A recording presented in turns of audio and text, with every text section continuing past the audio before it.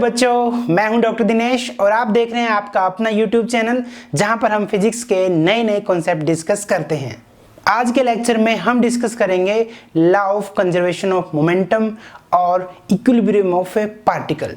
तो चलिए शुरू करते हैं। सबसे पहले हम law of conservation of momentum के बारे में पढ़ते हैं। तो आगे बढ़ने से पहले मैं आपको दो क्लिप्स दिखाऊंगा, ध्यान से इन क्लिप्स को देखिए। जो law of conservation of momentum का कॉन्सेप्ट है इन्हीं क्लिप्स में छुपा हुआ है। चलिए कंप्यूटर जी दिखाइए पहला क्लिप।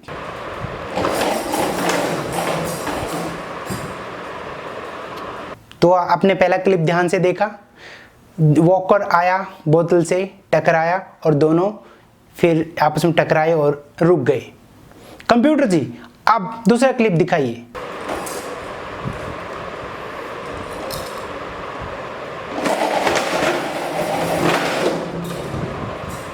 तो आपने दूसरा क्लिप देखा, क्या आप इन दोनों क्लिप्स में क्या डिफरेंस है ये बता सकते हैं?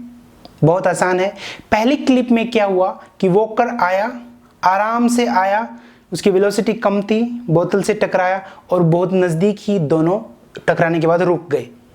लेकिन दूसरी क्लिप में आपने देखा कि वॉकर बहुत ही फास्ट आया था और जैसे वो बोतल से टकराया वो और बोतल बहुत दूर जाके रुके और दीवार से टकरा भी गए।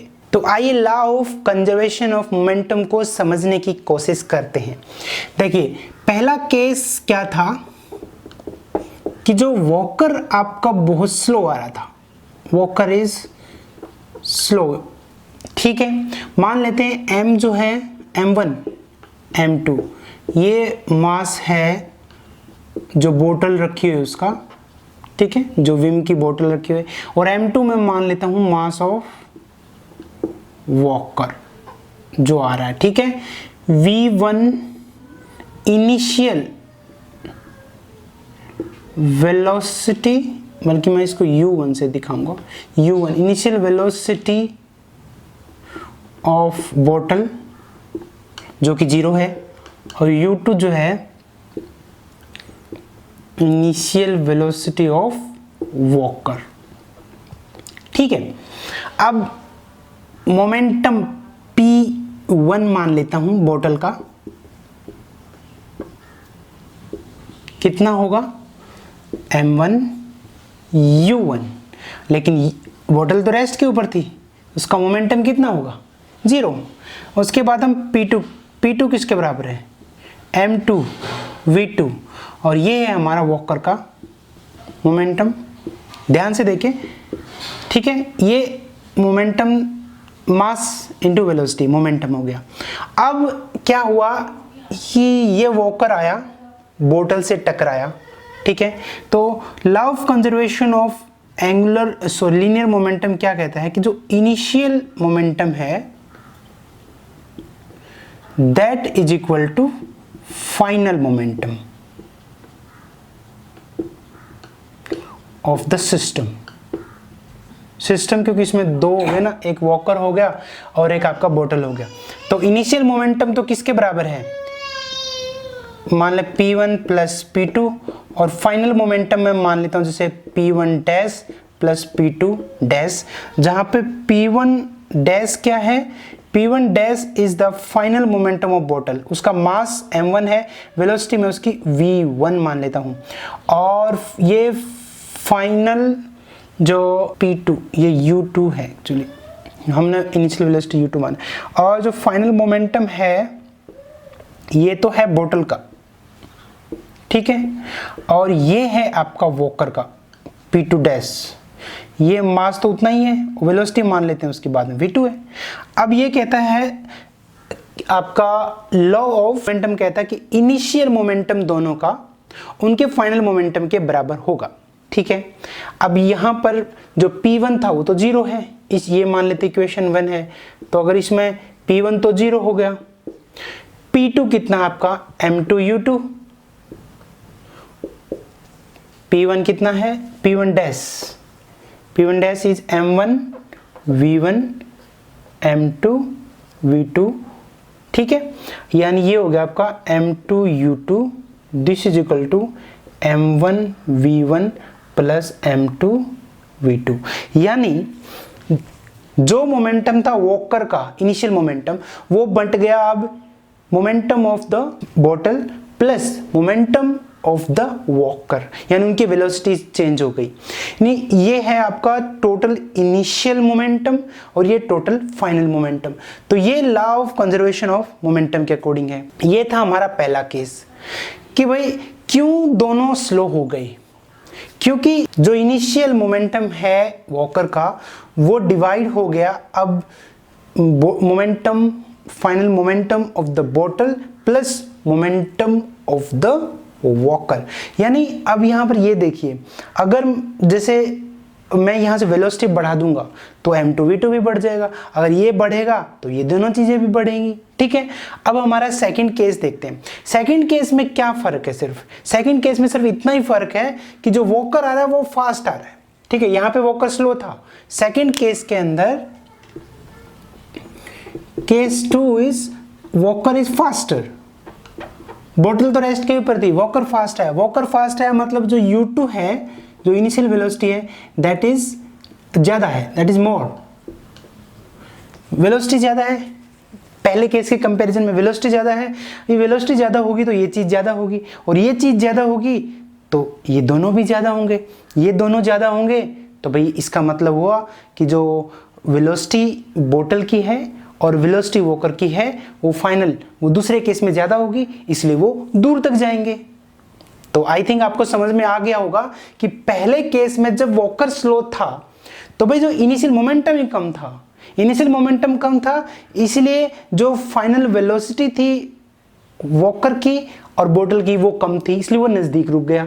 जब हमने वॉकर को फास्ट लेकर आए, यानी वेलोसिटी हमने बढ़ा दी, हम अगर वेलोसिटी बढ़ाएंगे तो भाई हमारा क्या होगा, इनिशियल मोमेंटम बढ़ जाएगा, और अगर इनिशियल मोमेंटम बढ़ जाएगा तो इसका मतलब वो ये दोनों चीजें भी बढ़ जाएंगी। यानी अगर वॉकर फास्ट आएगा तो वो दोनों दूर तक जाएंगे, अगर वॉकर स्लो आएगा तो वो दोनों नजदीक आएंगे। क्यों? क्योंकि according to the law of conservation of momentum, जो इनिशियल मोमेंटम होता है सिस्टम का वो फाइनल मोमेंटम के बराबर होता है। अगर आपको अभी भी समझ में नहीं आया तो मैं एक बहुत ही सिंपल एग्जांपल से लेमैन लैंग्वेज में आपको समझाता हूं। मान लेते हैं इनिशियल कंडीशन हमारी कुछ ऐसे है, मैं एक एग्जांपल लेता हूं बैंक का। आपका SBI में अकाउंट है, दो अकाउंट है आपके, एक अकाउंट A है, एक अकाउंट B है। A अकाउंट में इनिशियली आपके पास 100 रुपए हैं और B अकाउंट में आपके पास कोई रुपए नहीं है। तो टोटल कितना हुआ, टोटल इनिशियल कितना हुआ आपका, टोटल इनिशियल अमाउंट हुई आपकी 100 रुपीज। ये तो हुआ इनिशियल। ठीक है, अब आपने क्या किया, A में से, A अकाउंट में से B अकाउंट में 50 रुपए ट्रांसफर कर दिए। तो अब A में कितने रह गए, 100 में से 50 गए, 50 बच गए। तो अब मुझे बताइए टोटल फाइनल अमाउंट कितनी है आपके पास अब दोनों अकाउंट में मिला के।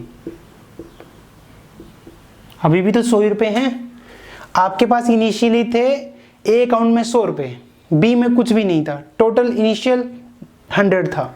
फिर आपने क्या किया, A में से 50 रुपए B में डाल दिए, तो A में कितने बच गए 50, B में भी हो गए 50, तो टोटल कितना है 100।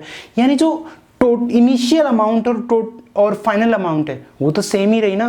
तो आप इसको ऐसा बोल सकते हो, ये था हमारा वॉकर, ठीक है, ये रेस्ट के ऊपर है हमारा बोतल, ठीक है। उसके बाद वॉकर आया, बोतल से टकराया और अपना मोमेंटम उसको ट्रांसफर कर दिया, मान लें 50-50 हो गया, लेकिन टोटल तो फिर भी कितना रहा, टोटल तो फिर भी 100 ही रहा ना। यानी जो इनिशियल मोमेंटम है that is equal to final momentum. तो ये था हमारा law of conservation of momentum. अगर आप इसको उतारना चाहें तो उतार सकते हैं, बट ये तो सिर्फ समझाने के लिए था।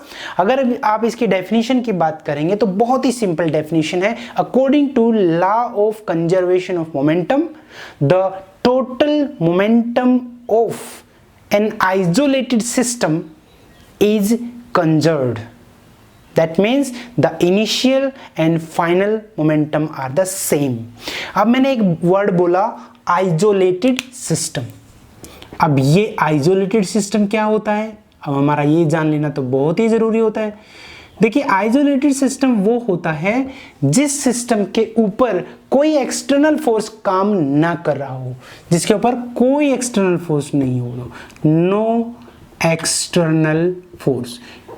इंटरनल फोर्स भले ही कितने ही हो बट एक्सटर्नल फोर्स आपने कुछ भी नहीं लगाया हुआ है, तो वो है आपका आइसोलेटेड सिस्टम। मान लेते हैं हमारा जो एग्जांपल था वॉकर का और बोतल का।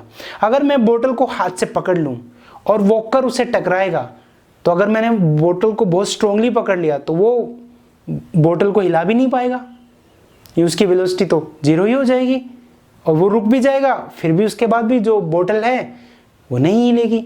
तो आइसोलेटेड जो सिस्टम है वो होते हैं जिनके ऊपर कोई एक्सटर्नल फोर्स नहीं लगा होता। बोतल भी रखी हुई थी, वॉकर आया, बोतल से टकराया, बीच में कुछ नहीं लगा, कोई फोर्स नहीं, दैट इज आइसोलेटेड सिस्टम। इसलिए हम हमेशा लॉ ऑफ कंजर्वेशन मोमेंटम की बात करते हैं तो हम आइसोलेटेड सिस्टम की बात करते हैं। अब ये बात आती है कि ऐसा क्यों होता है कि भाई इनिशियल मोमेंटम और फाइनल मोमेंटम इक्वल क्यों होते हैं। चलिए अब इसके बारे में जानते हैं। तो मान लेते हैं हमारे पास दो बॉडीज हैं, एक ए है एक बी है, ठीक है। ये दोनों आपस में टकराई तो मान लेते हैं फोर्स ए बी है जो ए बी के ऊपर लगाता है और फोर्स बी ए है जो बी ए के ऊपर लगाती है, ठीक है। अब मान लेते हैं ये दोनों आपस में टकराई और जो वो टाइम ड्यूरेशन था उसको मैं डेल्टा टी मान लेता हूँ, दैट द टाइम ड्यूरेशन जितने तक वो आपस में टकराई।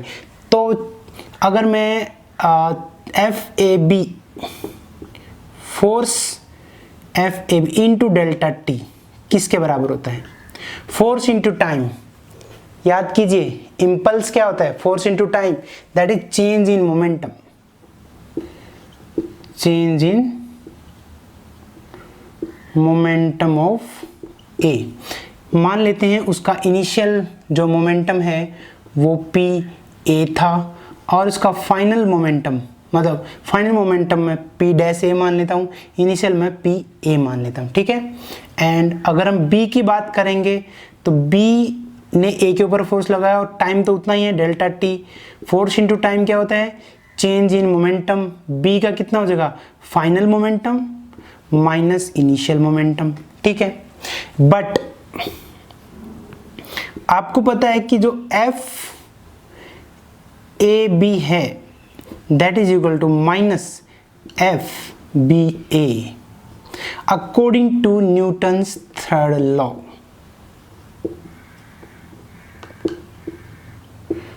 न्यूटन्स थर्ड लॉ क्या कहता है कि जितना फोर्स ए बी के ऊपर लगाएगी उसका equal and opposite force B A के ऊपर लगाएगी, तो F A B is equal to minus F B A. अगर हम यहाँ वेक्टर क्वांटिटी दिखाएंगे तो मुझे लगता है ये थोड़ा ज़्यादा बेटर क्लियर होगा क्योंकि डायरेक्शन की बात आ गई यहाँ पर, ठीक है। तो ये मान लेते हैं इक्वेशन नंबर 1, ये इक्वेशन नंबर 2 और ये इक्वेशन नंबर 3।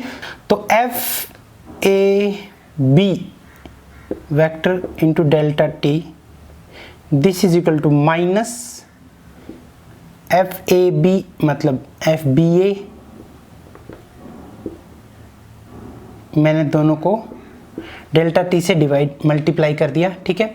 अब मैं F A B delta T किसके बराबर है, this is equal to P A dash minus P A और ये किसके बराबर, F B A delta T P B dash minus P B, ठीक है। इसको आप ऐसे भी तो लिख सकते हो, इस पी बी को, और ये माइनस साइन लगाना भूल गए, ठीक है। तो ये देखिए आप इसको ऐसे भी तो लिख सकते हो, पी ए डैश और ये माइनस का इधर आके प्लस का हो जाएगा, P B dash minus minus ये पी बी प्लस का होगा और ये उधर जाके प्लस का होगा, पी ए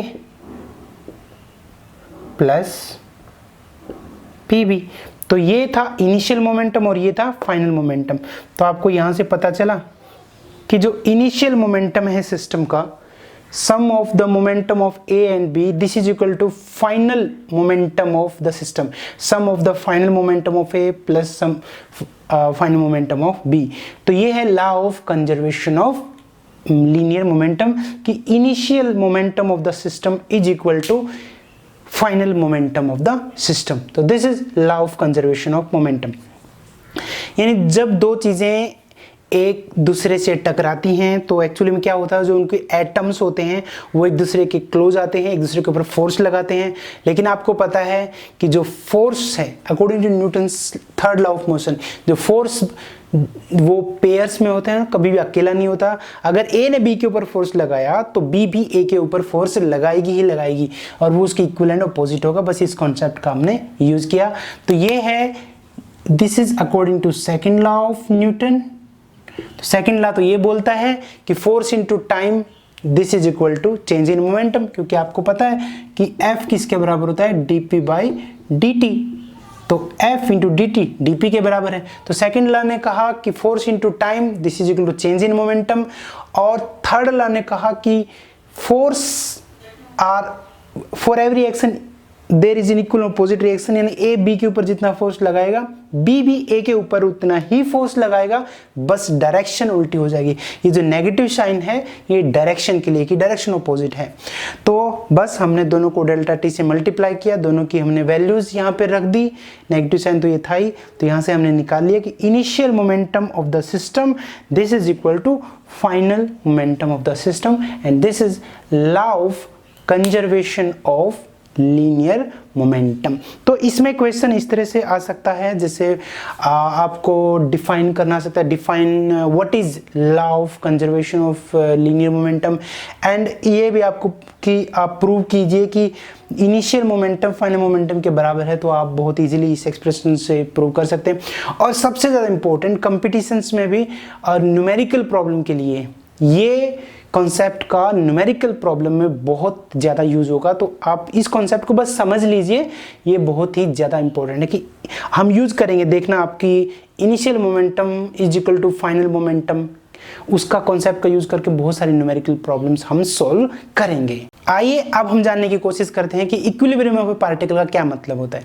देखिए, इक्विलिब्रियम ऑफ ए पार्टिकल का मतलब होता है जब नेट फोर्स किसी पार्टिकल के ऊपर जीरो हो। जैसे अगर मैं सिंपल सा एग्जांपल लूँ तो ये मार्कर का एग्जांपल ले लीजिए। मार्कर मेरे हाथ पे रखा हुआ है और इसके ऊपर नेट फोर्स जीरो है, तो इसका एक्सेलरेशन भी जीरो है according to Newton's first law. तो भाई ये इक्विलिब्रियम के अंदर है, बिकॉज इसके ऊपर नेट फोर्स जीरो है।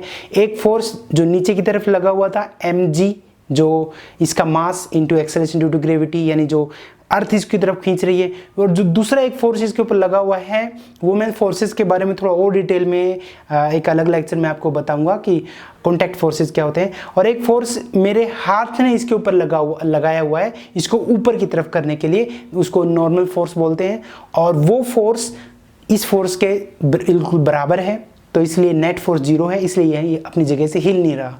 या एक बहुत ही और दूसरा एग्जांपल ले लेते हैं। मान लेते हैं कि एक ब्लॉक है, ठीक है, उसके ऊपर आपने 10 न्यूटन का फोर्स लगाया इधर से और 10 न्यूटन का ही फोर्स लगाया इधर से।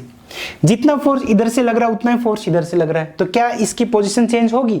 वेरी गुड तनु, इसकी पोजीशन चेंज नहीं होगी, क्योंकि इक्वल एंड अपोजिट फोर्सेज हैं। डायरेक्शन ये इधर लग रहा है, वो उधर लग रहा है, इक्वल एंड अपोजिट फोर्सेज है। नेट फोर्स जीरो है, इसका मतलब इसका एक्सेलरेशन भी जीरो होगा। इसको बोलेंगे कि this body, this object is in equilibrium, क्योंकि उसके ऊपर नेट फोर्स जीरो है। तो अगर मैं ये कहूँ कि ये F1 फोर्स है और ये F2 फोर्स है, तो मैं ये भी कह सकता हूँ कि F1 is equal to minus of F2, या ये कह सकते हो कि F1 plus F2 this is equal to zero.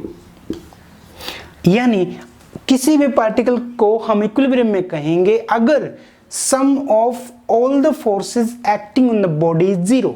मान लेते 3 फोर्स लग रहे हैं किसी बॉडी के ऊपर, F1, F2 और F3, ठीक है, मान लेते 3 फोर्स लग रहे हैं किसी बॉडी के ऊपर।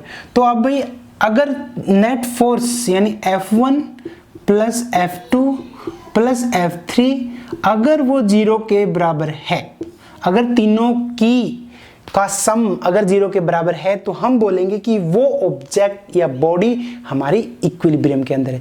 इस कॉन्सेप्ट का यूज होगा न्यूमेरिकल्स के अंदर। जब हम देखेंगे कि इक्विलिब्रियम, जहां पर इक्विलिब्रियम वर्ड आ गया, इसका मतलब ये होगा कि वहां पर नेट जो फोर्स है वो कितना होगा आपका 0 होगा। तो आप इस चीज को बहुत ही ध्यान से समझिए, बस समझिए, इसको लिखने की या मैं मानता हूँ नोट्स बनाने की भी जरूरत है, बस समझने की कोशिश की इक्विलिब्रियम का मतलब क्या होता है। कि भाई जैसे ये सिंपल से लटका हुआ है, भाई ये हिल नहीं रहा है, इसका मतलब इसके ऊपर ऐसा नहीं है कि फोर्स नहीं लग रहा, फोर्स तो लग रहा है लेकिन नेट फोर्स 0 है, क्योंकि अभी नीचे की तरफ है तो ऑफ कोर्स mg नीचे की तरफ लगा हुआ है, लेकिन मेरे हाथ ने भी इसके ऊपर फोर्स लगाया हुआ है। तो ये एक सिस्टम है, एक बॉडी है, एक ऑब्जेक्ट है जिसके ऊपर नेट फोर्स 0 है, इसलिए हम बोलेंगे दिस इज इन इक्विलिब्रियम। तो किसी भी ऑब्जेक्ट को, किसी भी बॉडी को हम इक्विलिब्रियम में बोलेंगे अगर उसके ऊपर जो नेट फोर्स है वो 0 हो जाए, चाहे वो 3 हो, 4 हो, 5 हो, 6,000, 10,000, 1,00,000, कितने भी फोर्स हो, भाई अगर बॉडी इक्विलिब्रियम में है तो वो ऑब्जेक्ट जो है वो टोटल जो फोर्स होगा उसके ऊपर वो 0 होगा। दिस इज, तो अगर हम कंपोनेंट फॉर्म में लिखने लगे तो हम ऐसे भी लिख सकते हैं कि f1x, f2x, f3x is equal to 0। तीनों के x कंपोनेंट का सम 0 के बराबर है। भाई f2x, सॉरी f1y, मैं y कंपोनेंट ले रहा हूँ, f2y, f3y इक्वल टू 0, और तीसरा आपका f1z, f2z plus f3z equal to 0। तो ये हैं आपके कि तीन फोर्सेस के वेक्टर सम का 0 वेक्टर के बराबर होने का मतलब है कि तीनों के x कंपोनेंट 0 हैं, तीनों के x कंपोनेंट का सम 0 है, तीनों के y कंपोनेंट का सम 0 है, तीनों के z कंपोनेंट का सम 0 है। तो आज हमने दो बहुत ही इंपॉर्टेंट कॉन्सेप्ट्स के बारे में पढ़ा, law of conservation of momentum and equilibrium of a particle. तो law of conservation of momentum का मतलब है कि किसी भी सिस्टम का जिसमें एक से ज्यादा बॉडीज हैं, ऑब्जेक्ट्स हैं, तो initial momentum is equal to final momentum, वो होता है law of conservation of momentum, या इसको law of conservation of linear momentum भी बोल सकते हैं। और दूसरा था इक्विलिब्रियम ऑफ ए पार्टिकल, और इक्विलिब्रियम ऑफ ए पार्टिकल का मतलब है अगर चाहे ऑब्जेक्ट के ऊपर 1000 फोर्स लग रहे हैं, लेकिन अगर उन सबका वेक्टर सम अगर 0 के बराबर है, यानी नेट फोर्स अगर 0 के बराबर है, तो वो ऑब्जेक्ट को हम कहेंगे that object is in equilibrium. तो आज के लेक्चर के लिए इतना ही। अगले लेक्चर में हम पढ़ेंगे डिफरेंट काइंड ऑफ फोर्सेस, और हम ये भी पढ़ेंगे कि हम न्यूटन सेकंड लॉ से हम न्यूमेरिकल प्रॉब्लम्स कैसे सॉल्व कर सकते हैं, कौन कौन से स्टेप्स हैं। तो अगले लेक्चर को देखना बिल्कुल मत भूलिएगा। और हम बहुत ही जल्द डेली प्रैक्टिस प्रॉब्लम भी स्टार्ट करने वाले हैं। कुछ स्टूडेंट्स ने रिक्वेस्ट किया कि डेली प्रैक्टिस प्रॉब्लम हर लेक्चर के साथ बनाएं, तो मैं उसके लिए वेबसाइट भी बना रहा हूँ गूगल साइट पे, और ताकि मैं वहाँ पर आपको PDF फाइल में DPP दूँ, और उसके बाद आप DPP सॉल्व कर सकते हैं, और जो मेन जो प्रॉब्लम्स होंगी इसको मैं सॉल्व करके भी आपको दिखाऊंगा। फिर भी अगर आपको कभी भी कोई दिक्कत आए तो आप मुझे बेझिझक पूछ सकते हैं। तो आज के लेक्चर के लिए इतना ही। अगले लेक्चर में हम फिर से आपसे मिलेंगे, तब तक अपना ख्याल रखें, अपने परिवार का ख्याल रखें, और हाँ, हमारे चैनल को सब्सक्राइब करना बिल्कुल ना भूलें। Thank you so much.